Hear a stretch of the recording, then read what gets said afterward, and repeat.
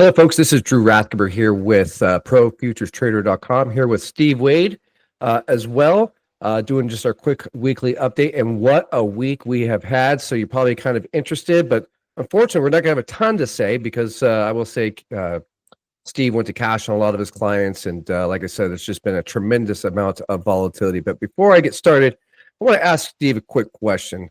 Steve, what brought you kind of into the commodity landscape? I know you're out there in Kentucky, born and raised on a farm. What brought you into being a commodity trader?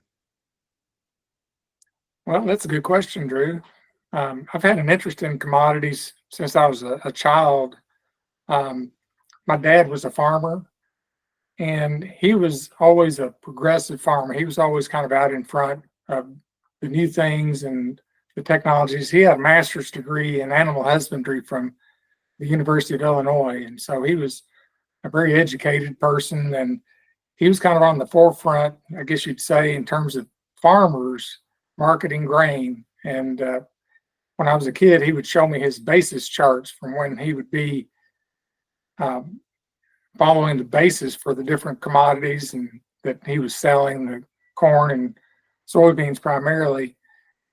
And he would show me where every day he'd write down what the basis was. And this was before he had computers and high-tech charting software and things like that, like everybody has today.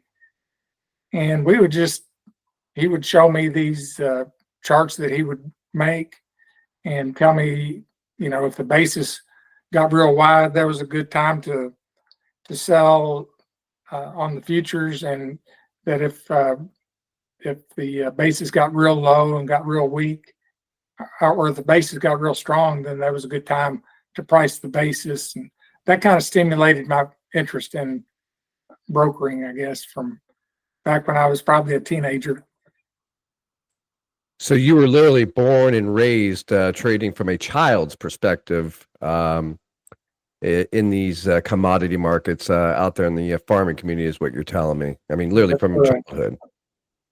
That's correct. And then my interest from there grew over the years. I went to work at Consolidated Grain, which is it's the third largest grain elevator in the United States. And that's when I got my brokerage license. And I never dreamt I would be doing what I'm doing now, where I would be an independent broker. And I never thought I'd be doing trades, some of them speculative, and that my interest would really grow in that area. But that's kind of how I got here. Well, very interesting. I wish I could say the same about me, but I can't. For me, it was much later in life, but it was still in my early 20s. I got into the commodity markets. But let's go and start this week. I see here you've got the U.S. dollar, and you've got a chart up. So everybody go and take a look at his cycles that he's here, and take it away, Steve. Yeah, what I'm showing here is that the dollar is on day 18 of a cycle. It's 3 weeks into the intermediate cycle. The daily cycles normally last 22 to 29 days, and they usually last 25 weeks. So here we are at 3 weeks, and we have what looks to be an extreme left translated cycle, which means that 7 or 8 days into the cycle it plunged. And that's where you see the ABC. From the peak of the cycle back in January of the intermediate cycle, intermediate cycles normally resolve themselves in ABC types of patterns. And so several weeks ago, we were doing a video and I pointed out this potential of an ABC type of correction, and that appears to be what we're having right now. Yeah, I remember you talking about that, and interesting how this plays out. Don't you find it interesting, all these videos and keeping track? We've got kind of a, we can see all the different calls that we make or things we're looking at. You can kind of go, oh, it's kind of right there. It wasn't right there, Right. So it is interesting having that. There's one or two of them I wish I had back. The orange juice didn't work out very well. But, Yep. The markets are a lot smarter than we are. And sometimes they can see things like a tariff coming before an analyst will see it. The price action has a way of telling you a lot, doesn't it?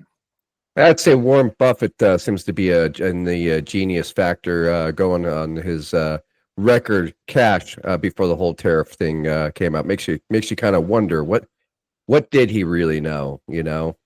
That's right. Well, So I think I've got the answer, the partial answer to your question you just raised. You know, what did he know? Not in this slide though, but the next slide. But this slide again is showing the ABC type of pattern that we brought up a couple weeks ago that we were expecting to be forming at this stage of the cycle. Right now, the stock market's on week 3, and I'm probably going to have to change the cycle count because I'm going to say that this is probably on week 34 actually. So I think we're dropping into an intermediate cycle low, and you can see the 4-year cycle trend line down below there, Drew. And on the next slide is the weekly chart, and you can see that today we actually broke through that 4-year cycle trend line. So what we're making here is a major bottom in the stock market. I know a lot of people are thinking that stocks are going to continue to crash and whatnot, and maybe they will. I can't tell you for certain what I think is what's going to happen. But in theory, in cycle theory, cycles that are extreme right translated, like this one is, dropping into a 4-year cycle low, they tend to rally back out pretty strong. So you can see at the last 4-year cycle low, it took months for that cycle to resolve itself. And this cycle, though, it's extreme right translated. And I think it'll be more like what we had back in 2020, where it'll rally back out fairly quickly. I know everything's doom and gloom right now. That's usually when you get your strongest rallies, though, is that everybody now is bearish. So everybody's on the same side of the boat. We have extreme bearish sentiment, and that's the fuel you need for a major stock market rally. Now, I'm not necessarily thinking that we're going to rally out of here this week, and you know, we've got the 200-week moving average below this 4-year cycle trend line that was broke today, and so it could linger on down a little bit further for another week or so. But I guess what I'm saying is most of the time, when you have a 4-year cycle low or an intermediate cycle low, the rally, the next daily cycle out of that low, it'll take out the previous intermediate cycle peak. So that would indicate that we should have a very strong rally coming out of this low whenever that low happens. And just to bring up, I remember you talking about you were expecting, the sentiment was we're looking for it to kind of short-term up, but long-term kind of down, and you're talking about it pulled away. I believe it pulled away from some of your moving averages, and you were talking about that effectively. You were looking for it to pull back. Mm-hmm. And lo and behold, I do recall you specifically talking about that. And lo and behold, here we go. But I do tend to agree. I think because of the speed and velocity this thing came down, and the sentiment is so bearish, I think it could surprise a lot of people. And the narrative I'm picking up it is most countries are coming to the table to discuss tariffs and resolve these issues and make it a more level playing field. So that would be in terms, bullish in my opinion for the markets eventually. So I would advise people to stay out. I've had my customers in cash that would listen. And, a lot of them are still very bullish and they're excited to get back in. I'm trying to put the brakes on them some and say, we'll get in and we'll enjoy a nice rally back out of here, but let's be patient and let's let these oscillators turn back up. You can see on these weekly oscillators at the bottom of that chart that everything's very oversold. So let's wait and these things start turning back up. We get a swing low in place. The price breaks above the 10-day moving average. The 10-day average starts turning up. I think we have enough parameters then that are beginning to show that a bottom's in that we could get in. We don't have to catch the exact bottom to make a lot of money. Yeah,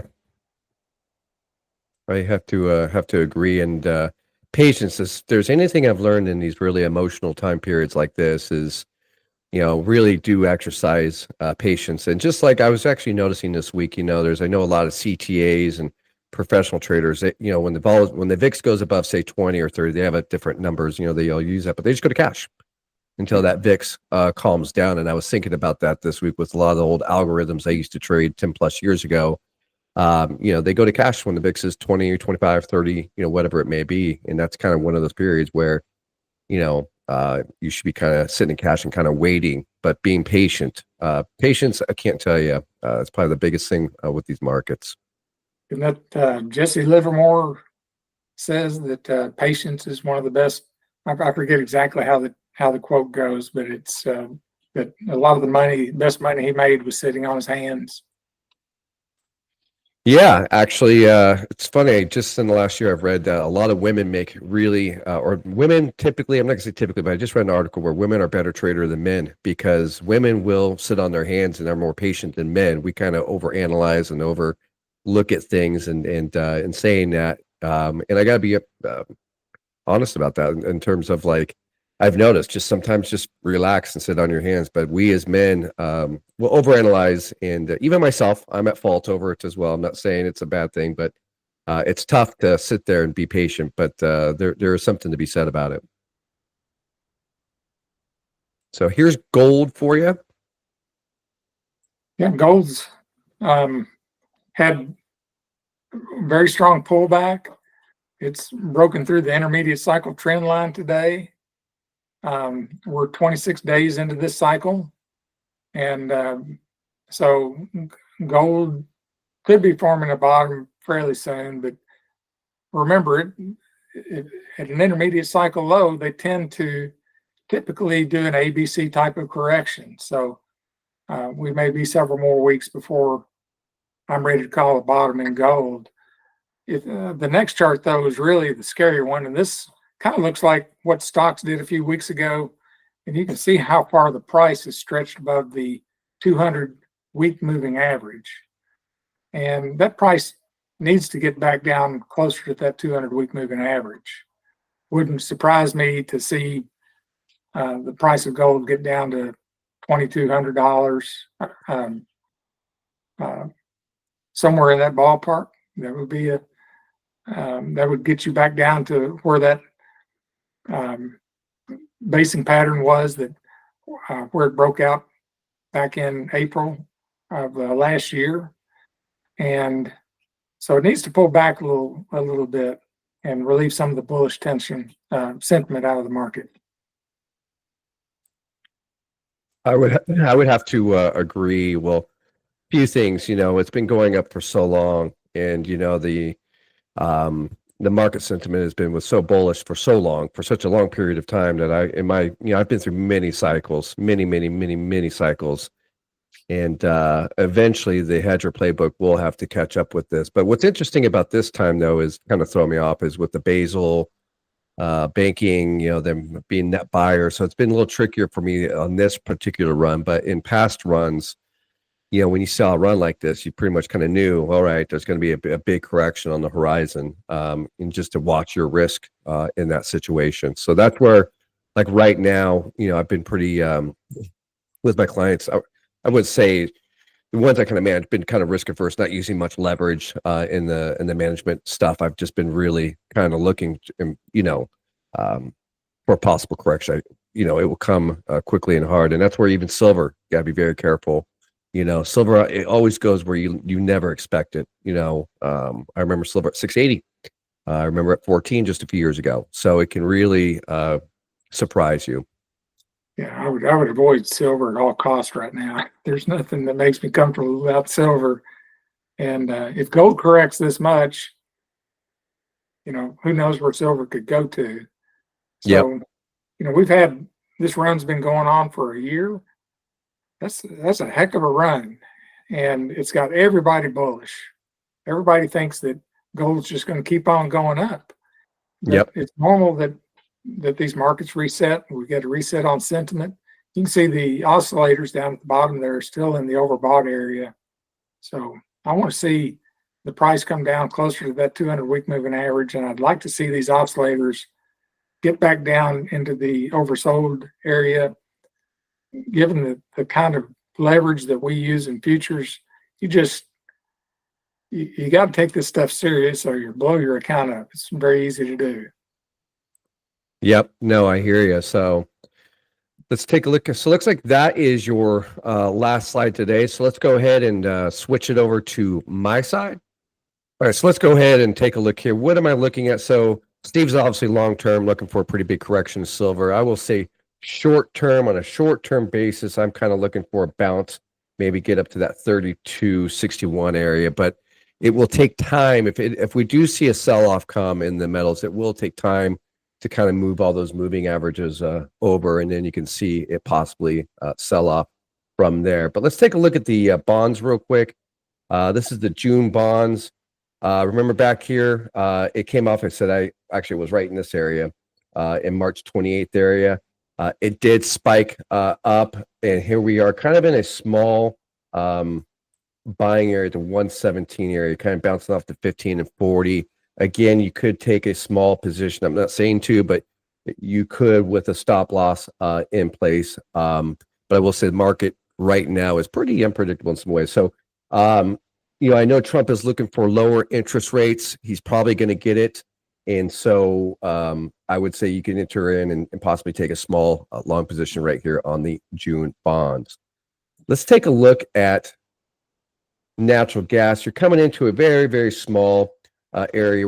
We are coming into the summer month, currently 384.5. Let's just say I would look for this probably come down to the 370 area, kind of crack through that and hit this peak right here that you see happen on back on January 17th here, and see if we can get target in that area. Now let's talk about the Dow Jones Industrial. This is the big story for the week. This is the let's go ahead and go to the June one real quick. All right, there's the June. So here's the big story for the week with the June Dow Jones Industrial. Everybody can see this big sell-off, and as Steve mentioned, he was looking for it to pull back, and lo and behold, we have short-term looking for that kind of what we call a dead cat bounce, maybe get up to that 41,000 area on the Dow Jones. I'm looking for this thing to kind of bounce back up, and it will be interesting if we get. I know the Feds, or there were rumors the Feds were having an emergency meeting this morning. Can't confirm that, just heard rumors I've read on social media. And then also the tariff situation. If we come to a resolution relatively pretty quick, I would expect to see a pretty big, robust bounce out of this. But, there's also the China factor and some other geopolitical stuff that could come into play and keep this thing going down further. But short term, I am looking for this thing to bounce back up, like I said, to maybe that 41,000 area on a very short-term basis. But what volatility we just experienced. I know Steve and we survived it. We've been doing this a long time. It's kind of a risk-off situation, and I was, on the phones with my clients, really trying to get people to go to cash in some situations and warning them. We're in what we call a fast market environment, particularly even in the metals. And sometimes that's just the best period to just not trade, especially on a leverage basis, or if you do, make sure you have those stops, but the likelihood of those stops being hit is really high because of that volatility. But that's all I've got for this week. Steve, do you have anything else to talk about this week? Yeah, I want to just throw out one more thing regarding the Dow Jones. Moore's Research, and I get a lot of my research that I use for my analysis from Moore's Research, and they say that the Dow Jones bought on April 7th has been a profitable trade in 13 of the last 15 years between now and April 29th. So always, like, if I start to see something on the chart, I like to see something else that maybe can back up what I'm looking at. And there is a pattern of profitable trades in the Dow Jones between now and the end of the month. So April typically is a good month for the Dow. Gotcha. Well, I like that More Research. Actually, we should do a show with them sometime. More the guys from More Research, because I know you've been using them for years and you love them. And that I can't talk about your track record, but it's I've never seen anything more incredible. But in saying that, maybe we should do a show with the guys at More Research one day. But other than that, anything else, Steve? That's all I've got. That's all you got? All right, guys. Well, appreciate you coming out today. Again, we are in a fast market. There is a lot of unpredictability. Be careful out there. And sometimes the trade is no trade, so just be on your toes, especially if you're on a leverage basis. Other than that, hope you guys all have a great trading day. Take care. Bye.